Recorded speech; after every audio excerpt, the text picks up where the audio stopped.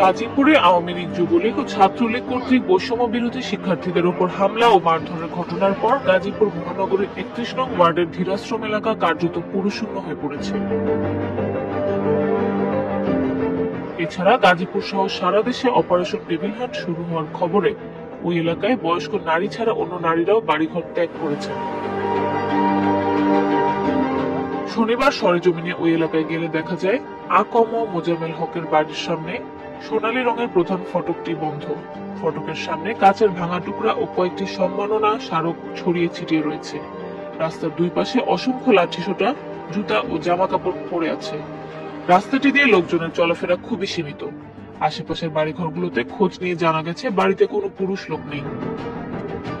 শুক্রবার রাতের ঘটনার পরপরই সবাই পালিয়ে গেছেন।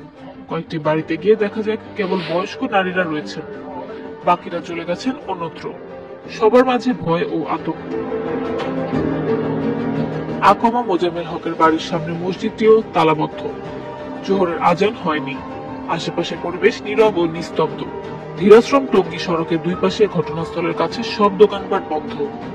দিনভর গণমাধ্যমের কর্মীদের আনাগোনা ছিল সুউচ্চ সীমানা প্রাচীর দেওয়া দোতলার দৃষ্টিনন্দন বাড়িটির সামনে।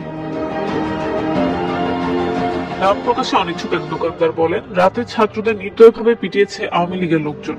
কেউ এগিয়ে গিয়ে ছাত্রদের রক্ষা করতে গেলে তাদেরও নাজেহাল হতে হয়েছে।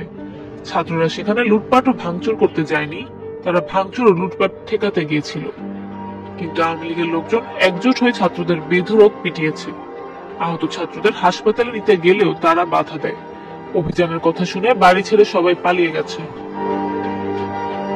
শনিবার বিকেলে বৈষম্য বিরোধী ছাত্র আন্দোলনের বিক্ষোভ সমাবেশ শেষে শিক্ষার্থীরা চলে গেলেও শেষ মুহূর্তে জেলা প্রশাসকের কার্যালয়ের সামনে সড়কের পাশে এক ছাত্রকে চলন্ত মোটরসাইকেল থেকে গুলি করে এক দুর্বৃত্ত।